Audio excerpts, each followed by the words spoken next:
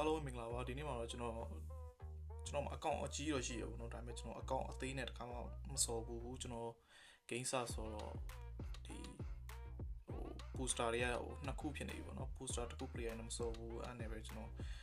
ဒီ seller တယောက်စီကနေ9000ခွဲနဲ့ဝယ်ပြီးတော့ account တစ်ခုဝယ်လိုက်တယ်ပေါ့နော် account တစ်ခုဝယ်ပြီးတော့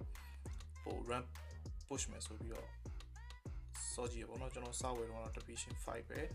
division 5ကနေပြီးတော့ကျွန်တော်ဒီ division 1ကိုတင်ထားတဲ့ဒီ account ပေါ့နော်အဲ့တော့ဒီဘယ် player တွေကျွန်တော်မှရှိလဲလက်ကားရတဲ့ player ပေါ့နော်ဘယ်ဒီ9000ခွဲမှာဘယ် player တွေပါလဲအဲ့ player တွေနဲ့ကျွန်တော်ဘယ်လို range ပို့ထားလဲဆိုတော့ဒီ video မှာပြောပြပြီးလုပ်သွားမှာဖြစ်ပါတယ်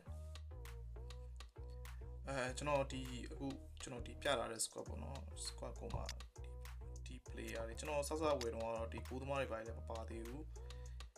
ဒီတိုင်းပဲပေါ့နော်ဒီကိုးသမားဆိုလည်းကျွန်တော် box ကနေပြီးတော့ free ရပါတော့အဲ့တော့ဒီ player တွေနဲ့ကျွန်တော်ဘယ်လိုမျိုး run ဆော်တာလဲဆိုတော့ကျွန်တော်အဓိကကစားကွက်နှစ်ခုကိုတည်ပြီးဆော်ရပေါ့နော်အဓိကဒီ account ကိုဝယ်ပြတဲ့အကြောင်းရင်းကတော့ကျွန်တော်မှာကျွန်တော်ဒီ player ကိုကြိုက်တာပေါ့နော်ဒီ constructor တော်တော်ကြီးကိုဗျာကောင်းတယ်ဗျာသူကကောင်းနေတော့ကျွန်တော်မှမရှိဘူးဗျာကျွန်တော် game စားဆိုတော့တစ်နှစ်တောင်မပြေသေးဘူးဗျာတစ်နှစ်မပြေသေးပဲနဲ့ဆိုတော့ကျွန်တော်မှအဲ့အကောင့်ဒီကောင်မရှိဘူးပေါ့နော်မရှိတော့ကျွန်တော် sensor ကြည့်နေတယ်ပေါ့နော် sensor ကြည့်နေတာလည်းပဲကျွန်တော်seller တွေလိုက်ရှာတယ်ရှာတော့ကျွန်တော်ဒီအကောင့်တွေ့တယ်ပေါ့ဗျာတွေ့တော့9000ခွဲဆိုတော့ဝယ်လိုက်တယ်ပေါ့ဗျာအဲ့တော့သူလည်းမစိုးဘူးပေါ့ဗျာသူကလည်းသူတွေပါတယ်ဒါပေမဲ့ကျွန်တော်မကြိုက်တဲ့ player တွေလည်းရှိရဲအဲ့တော့ကျွန်တော်ကြိုက်တဲ့ player လည်းပါတယ်အဲ့တော့ဝယ်လိုက်တယ်ပေါ့ဗျာအရင်ကတော့ strong တော့မဖြစ်ဘူးဒါပေမဲ့သူ့စီနဲ့သူ့ဟာတော့တန်တယ်အဲ့တော့ကျွန်တော် ransom push တယ်ပေါ့နော်ကျွန်တော်အဲ့တော့အဓိကတော့ဒီဘယ်လို range ပို့ပြီးတော့ဘယ်လို formation တွေသုံးလဲဆိုတော့အဲ့တော့ပြောပြမယ်ဒီနေ့ကျွန်တော် formation နှစ်ခုသုံးတယ်ပေါ့နော်ပထမတစ်ခုကတော့ဒီတစ်ခုကတော့အကုန်လုံးလည်းသိရဲအကုန်လုံးသိပြီးသား formation ပဲဒီ4222ပေါ့နော်4222မှာကျွန်တော်ကဒီ second striker သုံးတယ်ဘာဖြစ်လို့ second striker သုံးတာလဲဆိုတော့ကျွန်တော်မှာ second striker တွေများနေလို့ဗျာအဓိကတော့ second striker တွေများနေတာဒီမှာ Maradona တို့ဒီ Griezmann တို့ Messi တို့လို့များနေတယ်များနေတဲ့အတွက်ကျွန်တော်ဒီကစားကွက်ကိုသုံးတယ်တကယ်လို့ကိုယ့်ဘက်ကို center forward များနေလို့ center forward သုံးလိုက်ရတယ်အဲ့တော့ကျွန်တော်ဒီ formation ကိုထားတယ်ဒီမှာကျွန်တော် DMF 2ယောက်မထားဘူး CMF 1ယောက်ထားတယ် DMF 1ယောက်ထားတယ်ပေါ့နော်အဲ့တော့ CMF ကိုထားတယ်ပြီးတော့မှဒီကျွန်တော်ဒီကစားသမားတွေရွေးတဲ့အပိုင်းမှာဟိုမှာထားပါဘယ်လိုလူတွေကိုရွေးလဲဆိုရင်ဘယ်လို player တွေကိုကျွန်တော်ကြိုက်လဲဆိုရင်အဓိကတော့ဒီမှာကျွန်တော်ပြမယ်ဗျာဒီ one touch pass နဲ့ through passing ပါတဲ့ player တွေကိုရွေးတာများတယ်ဘာဖြစ်လို့ဆိုတော့ဥမာကိုအသင်းမှာလူပေးရတာအဆင်မပြေဘူးဗျာအဲ့လိုမျိုးကိုကဘောလုံးတစ်ချက်ပေးနေသွားခြင်းနဲ့ဗျာအဲ့ချိန်မှာကိုကစားသမားမှာဒီ skill မရှိဘူးဆိုရင်သူကဘောလုံးတစ်ချက်ထိန်းနေသေးတယ်ဗျာအဲ့လိုထိန်းတော့ကျွန်တော်မလိုချင်ဘူးဗျာတန်းပေးရအောင်လိုချင်တယ်အဲ့တော့ one touch pass နဲ့ through passing ပါတဲ့ player တွေကိုအဓိကထားပြီးရွေးတယ်ပေါ့ဗျာအဲ့တော့ဒီကစားကွက်မှာတော့ရမသိတော့ကျွန်တော်နောက်ပြမယ့်ကစားကွက်မှာပူတည်တာတယ်ပြီးတော့ကျွန်တော်မှာကျွန်တော်ဒီကစားကွက်အတွက် anchorman လိုတယ်ဗျာ anchorman တော့ကျွန်တော်သိသလောက်ကစားကွက်တိုင်းမှာလိုတယ်လို့ထင်တာပဲအဲ့တော့ anchorman လိုတယ်ကျွန်တော်မှာ anchorman rotary ရှိရဗျာကျွန်တော်ပြမယ် rotary ရှိရ rotary ဆိုသူကလည်းသူကောင်းတယ်ဗျာဒါပေမဲ့ကျွန်တော်မကြိုက်ဘူး rotary ကကောင်းတယ်သူမှဒီကျွန်တော်လိုချင်တဲ့ one touch pass တွေ through pass တွေလည်းပါတယ်ဒါပေမဲ့ကျွန်တော်ဘာလို့မကြိုက်လဲဆိုဒီ game ကဗျာတိုက်စစ်မှုတွေကတော်တော်ကြီးမြန်နေတာဗျာတော်တော်ကြီးမြန်နေတဲ့အချိန်မှာသူ့ရဲ့ speed က80ပဲရှိရဗျာအဲ့တော့ကျွန်တော်ဒီ play ကိုပြန်ပြီး train ဖို့ကြိုးစားကြည့်ရပါတော့ပြန် train ဖို့ကြိုးစားကြည့်ရဘယ်လိုဖြစ်လဲဆိုတော့ train လို့မရဘူးဗျာ train လိုက်ရင်သူ့ရဲ့ဟို defense တွေတအားကျသွားတာအဲ့နဲ့ပဲကျွန်တော်ရဲ့အကြိုက်ဆုံး player တွေကတယောက်ဖြစ်တဲ့ဒီ Zakaria ကိုပဲကျွန်တော်standard ကပ်ပါဗျာဒါပေမဲ့ကြည့်လိုက်ရင် defense တွေကောင်းတယ် tackle လိုက်နေအကုန်ကောင်းတယ်ဗျာဒီ player သူရိုင်းတော့မဟုတ်ဘူးဗျာသူကလည်းသူကောင်းတယ်ပြီးရင် speed က87နဲ့တက်တယ်ဗျာအဲ့တော့ကျွန်တော်ဒီ player ကိုပဲသုံးဖြစ်တယ်ဗျာပြီးရင်သူ့မှာဘာဖြစ်လဲဆိုတော့ one touch pass ပါတယ် one touch pass ပါတော့ကျွန်တော်လိုချင်တဲ့အတိုင်းပဲဗျာသိမလားအမြန်ပေးလို့ရတယ်ဗျာအဲ့တော့ကျွန်တော်ဒီ player ကိုသုံးတယ်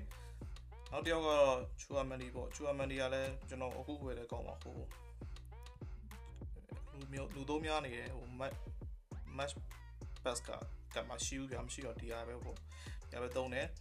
အဲ့တော့ဒီကလည်းကောင်းတယ်အခါမှန်ပဲ speed တွေပါဆိုတော့82တွေပါရှိတယ်အဲ့တော့ဒီကစားကွက်ကိုသုံးတယ်သုံးပြီးတော့မှအဓိကတော့ဒီ defensive ကတော့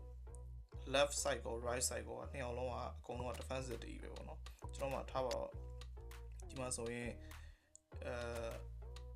ဒီလို player ရှိရဗျာ Balati တို့ Cafu ဒီမှာပြီးရင်ဒီမှာ Ban White တို့ရှိတယ်ဒါပေမဲ့ကျွန်တော်မသုံးဘူးဒီကက်ကိုပဲသုံးတယ်သူဘာလို့လဲဆိုတော့အဓိကတော့ defensive full ပဲဖြစ်နေလို့ defensive full ပဲဖြစ်နေတယ်ပြီးရင် speed က97ရှိတယ် balance ကောင်းတယ် stamina 98ရှိတယ်ကျွန်တော်တော့ဒီကက်ကိုပဲသုံးတယ်အဓိကဒီကောင်းဝယ်ပြတဲ့ချောင်းရတော့ဒီ player ကြောင့်ပေါ့နော်ဒီ player ကိုလိုချင်တာဗျာကျွန်တော် game စားဆိုတော့မရှိဘူးဗျာဆိုပြော game စားဆိုရရင်နောက်ကျတစ်နှစ်တောင်ပြည့်သေးတော့အဲ့တော့ကျွန်တော်ကလည်း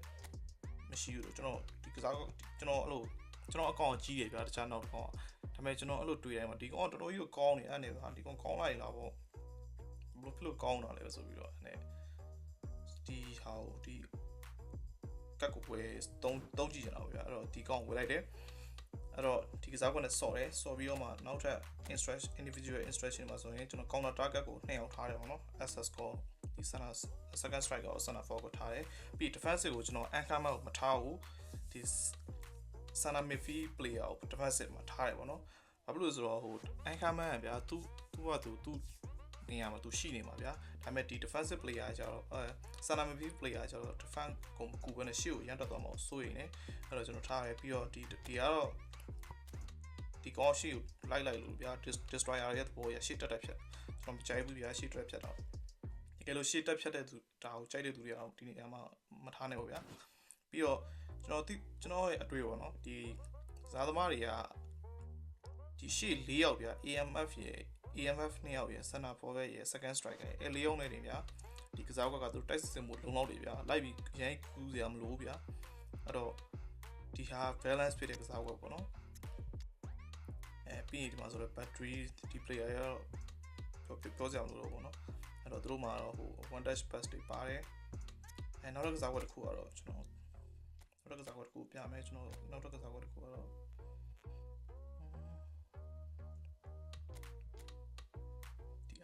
ဟုတ်တယ်ဒီကစားကွက်ဒီဟာနဲ့ဆော့ရပေါ့နော်ဒီဟာနဲ့ဆော့တဲ့နေရာမှာအဓိကအရေးကြီးဆုံးအချက်ကတော့ဒီ center midfield ပဲ center midfield ရဲ့ဒီနေရာမှာဘာလို့ရေးကြလဲဆိုတော့ဒီနေရာမှာ orchestra ဖြစ်နေမှာရမှာ orchestra ဖြစ်နေရင်ဘာကောင်းလဲဆိုတော့ဒီကောင်ကပြေးထွက်တယ်ဗျာအလေကနေတောက်လျှောက်ပြေးလာပြေးထွက်သွားတယ်အဲ့ဒီနေရာမှာဒီ service line ပေါ့နော်ဒီကက်က speed ကတော်တော်ကောင်းတယ် finishing တွေလည်းကောင်းတယ်အဲ့တော့ကျွန်တော်ဒီကက်ကိုသုံးတယ်ပြီးတော့ကျွန်တော်အရင်ကြိုက်တဲ့ one touch pass နဲ့ through passing ပါတယ်ကျွန်တော်အဲ့တော့ဒီကက်ကိုသုံးတယ်ပေါ့ဗျာဒီမှာကျတော့ကျွန်တော်က DMF နေရာမှာဒီ anchor man နဲ့ tracer ကို DMF တယောက်လိုတဲ့နေရာမှာကျွန်တော်က DMF ကောင်းမရှိတော့ဒီ player ကိုပဲကျွန်တော်က center forward ကနေ DMF ကိုတင်လိုက်တယ်တင်ပြီးတော့ကျွန်တော် Pastorio center back မှာသုံးတယ်ပေါ့နော်အဲ့ဒီတိုင်းဆော့တယ်ပြီးရင်ကျွန်တော်ဒီ Tomiyasu ကိုလည်းကြိုက်တယ်ပေါ့ဗျာ Tomiyasu ကနောက်တန်းတော်တော်လုံနေဘာလို့ဟိုတကယ်လို့ကိုမှကို defensive နဲ့ဆော့ခြင်းနဲ့ defensive full မရှိဘူးဆိုတော့သုံးကြည့်ဖို့ကျွန်တော် recommend ပေးတော့ဗျာ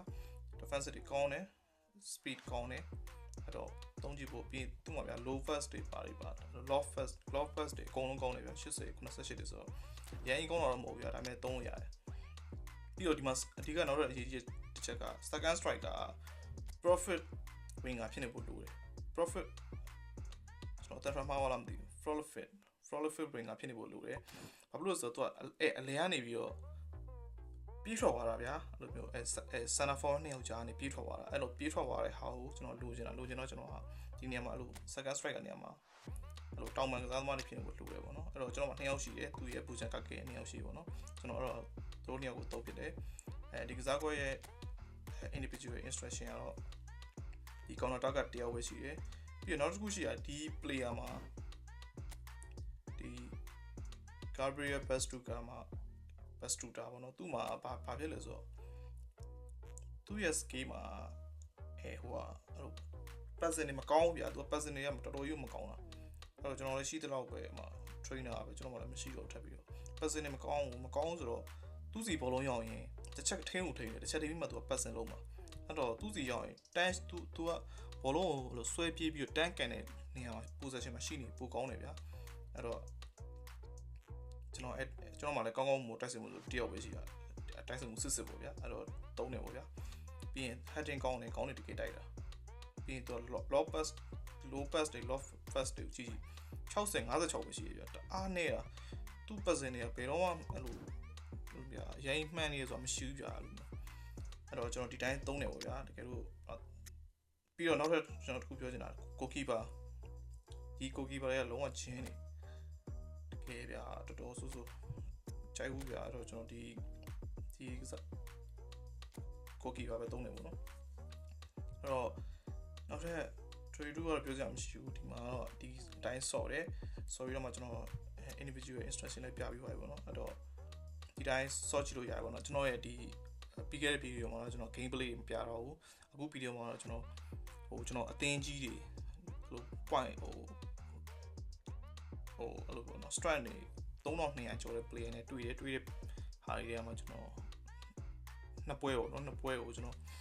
တင်ပေးရတယ်ပေါ့နော်အဲ့တော့တင်ပေးရတယ်ဆိုတာဒီ video ထဲမှာပဲနောက်မှာပါတယ်အဲ့တော့အဲ့ဒါလေးကိုလည်းကြည့်ပေါ့ဗျာအဲ့တော့နောက်တစ်ခုပြောချင်တာကိုတကယ်လို့ division 1ကိုရောက်ချင်ပြီဆိုရင်ကျွန်တော်ကို့မှာအကောင့်အကြီးရှိဖို့လိုအပ်နေလားဒါမှမဟုတ်ရင်ကိုလကားရတဲ့ player နဲ့ပဲဘယ်လိုဆော့မလဲအဲ့လိုပေါ့နော်အဲ့တော့ division 1ကိုရောက်ဖို့အတွက်အကောင့်အကြီးလိုလားဆိုရင်ရန်တော့လိုတယ်တော့မဟုတ်ဘူးဗျာဒါပေမဲ့ division 1ထပ်ပို့ကြော်ပြီးတော့ point 1900 2000တွေရောက်ချင်တော့လိုတယ်ကျွန်တော်ဒီအကောင့်ကိုဆော့ကြည့်တယ်ကျွန်တော်1900ကျော်မတက်သွားတာလုံးဝဆက်ဆော့လို့မရတော့ဘူးပေါ့နော်ရှုံးတာပြီးတော့ပို့ဆိုးတာဗျာ run မြင့်လာလေးရှုံးရင်ကြတော့ point 35ကျော်တယ်ဗျာနိုင်5မှတ်ပဲရတယ်ဗျာ5မှတ်ပဲရဆိုတော့ကျွန်တော်2000ကျော်ထိ5မှတ်ပေါ့နော်2100ပဲဖြစ်သွားတယ်တစ်မှတ်လောက်ပဲတက်တော့တာဗျာတစ်မှတ်2မှတ်အဲ့လောက်3မှတ်ပဲအဲ့လိုပဲတက်တာဗျာတက်တော့ကို့မှာအကောင့်အကြီးရှိဖို့ကတော့ကဲလို့ကိုကတကယ်ကိုဒီလို professional ဆန်တော့မဟုတ်ဘူးဗျာအဲ့လိုမျိုးတေချာဆော့ကျင်တယ်ဆိုရင်တော့အကောင့်အကြီးလိုတယ်ပေါ့နော်တကယ်လို့မဟုတ်ဘဲနဲ့division 1လောက်ပဲဆိုရင်တော့ဒီလို free to play player နဲ့အဆင်ပြေတယ် division 1 point 1900မသိဘူးဗျာကျွန်တော်အရင်ကောင်းတဲ့ player တော့မဟုတ်ဗျာကျွန်တော်အဲ့လိုမျိုးကျွန်တော်1900ကျော်ထိရောက်ဘူးလေဗျာဒီအကောင့်လေးပဲအဲ့တော့ဒီကိုကအရင် scale အရင်ကျန်းနေတော့မပြောတော့ဘူးဗျာရောက်နိုင်တယ်ကျွန်တော်တွေ့ဘူးတယ်အဲ့လိုမျိုး division အဲ့လိုအရင် higher run နေမှာထားပါတော့ point အဲ့လိုမျိုးဗျာတော့2000ကျော်တွေပေါ့ထားပါ2000ကျော်တွေမှာအဲ့လိုမျိုး player တွေတွေ့ဘူးတယ်သူတို့ဆိုရင်ရိုး simple အကောင်ဒါပေမဲ့ရမ်းရှားတယ်အဲ့တော့ချင်းချိန်ပြီးတော့ဗျာကိုပဲ player လိုလဲပေါ့အဲ့တော့ကျွန်တော် game play လေးကိုကြည့်ပြီးတော့စက်ကြည့်ပေးကြပါဦးဗျာပြီးတော့ကျွန်တော်ပြောရတာတွေကအသုံးဝင်နေဆိုရင်ကျွန်တော်ရဲ့ channel လေးကို like and subscribe လုပ်ဖို့လည်းမြေတားရခံပါတယ်ဘာလို့လဲဆိုတော့ကျွန်တော်ဟိုဒီ YouTube မှာ live stream လုပ်မှုစဉ်းစားရတယ်ပေါ့နော်ကြိုးစားရတယ်ပေါ့နော်ဒါပေမဲ့ကျွန်တော်မှာsubscriber 50တော့မပြည့်ဘူးဗျာတော့ YouTube မှာ subscriber 50ပြီးမှ live stream လုပ်လို့ရတာဆိုတော့တကယ်လို့အဆင်ပြေတယ်ကျွန်တော်ပြောတာတွေကမစိုးဘူးဒီမျိုးဆိုရင်ကျွန်တော် gameplay တွေပို့ပြီးအဆင်ပြေဟိုမြင်စော့တာမြင်ချင်းနဲ့ပါညာဆိုရင်ကျွန်တော်ရဲ့ channel လေးကိုလည်း subscribe လုပ်ခဲ့ပါအောင်ဗျာအဆင်ပြေမှာပါဗျာကျေးဇူးတင်ပါတယ်ကျွန်တော်အဲ့တော့ gameplay မှာတော့ကျွန်တော်ဘာမှပြောတော့မှာမဟုတ်ပါဘူးအဲ့တော့ gameplay ကိုဒီတိုင်းပဲ enjoy ကြပါကျေးဇူးတင်ပါတယ်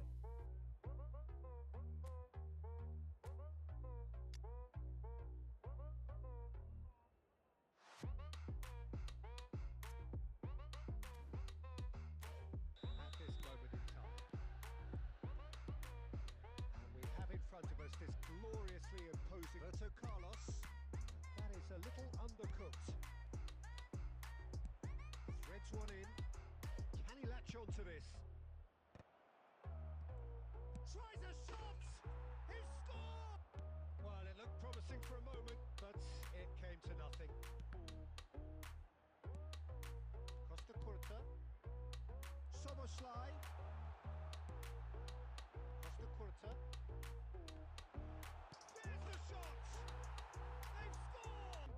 Try and absorb in numbers defensively, and then you look to hit it with a long ball quickly on the counter attack to get your men in behind the opposition defence. Just looking for that one telling pass. You can run onto that. Neymar, great chance! It's in! They've done it! Lewis hits one! Look, there has to be more urgency here. The ball has to get to the other end much faster. Liverpool looking to pass their way through. Marquinhos spots it and intercepts.